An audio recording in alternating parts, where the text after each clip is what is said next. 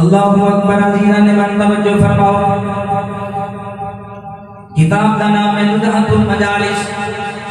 حضرت عبداللہ ابن عباس رضی اللہ تعالیٰ عنہ آپ اس حدیث سے راوی فرماتے ہیں امام الانبیاء صلی اللہ علیہ وآلہ وسلم نے فرمایا روز محشر جنہیں اولین و آخرین اگلے پچھلے اپنے بیگانے سارے جمع ہوں گے اتھے ایک منادی یہ ندا کرے گا این الفارو.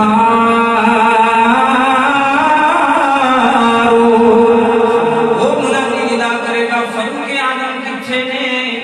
حضرت فاروق اعظم رضی اللہ تعالیٰ عنہ رب دی بارگاہ چادر ہوں گے. رب انہوں مرحبا فرمائے گا. رب فرمائے گا یا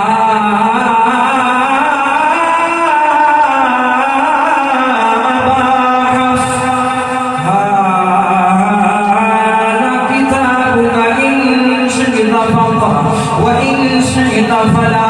رب کائنات فرمائے گا اے ابو حفص اے تیری کتاب اے تیرا نام اعمال اگر دل کر دے پڑھ لے اگر دل نہیں کرنا دے نہ پڑھ. لیکن اے عمر میں رب نے تیری بخشش کا اعلان کر دل کر دے پڑھ لے دل نہیں کرتا نہ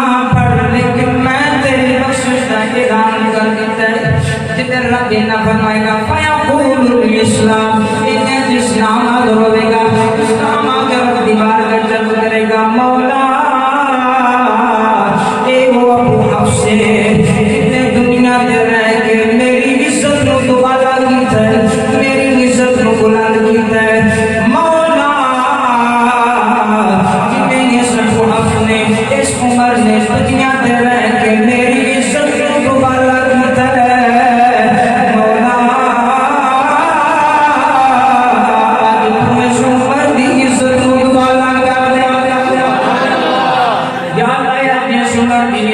دوبالا کر دے یہ سمر دی عزت نو جناب بلند کر دے. اتنے سے نوری اونٹنی لے آندی جائے.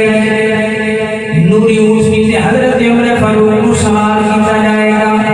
سوار کرنے کے بعد دو ہلے آپ کو پہنائے جان گے.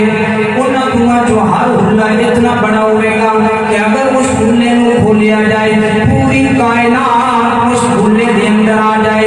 ہلا پوری کائنات کو ڈھانپ لے. دو ہلے آپ کو پہنائے جان گے. اس کو بعد 70,000 فرشتے اس نوری اونٹنی دے آگے پیچھے چل کے درمیان جنت دے عمر فاروق ہوں گے اور منادی ایک اعلان کرتا جائے گا او اہل محشر اے عمر بن خطاب جنہیں دنیا دے رہ کے اسلام دی عزت نو بلند کیتا ہے آج اللہ نے اور کون حضرت عمر فاروق رضی اللہ تعالیٰ عنہ سرکار نے فرمایا عمر دنیا بڑی شانہ نے اللہ نے عمر کو بڑی شان عطا فرمائی ہے. فرمایا لہو کان نبی بعدی لکان عمر بن الخطاب.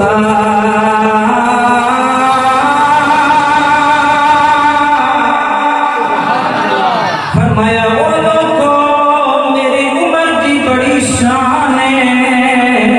اگر میرے بعد کوئی نبی ہوندا رب نے میرے بعد کسی نبی بنانا ہوندا تے رب میرے بعد کسی کانے نو نہیں بلکہ میرے یار عمر کو نبی بنانا. کون حضرت عمر فاروق رضی اللہ تعالیٰ عنہ. عزیزان من توجہ فرماؤ مدینے دے تاجدار دا فرمان حضور علیہ السلام نے فرمایا اول من یسافر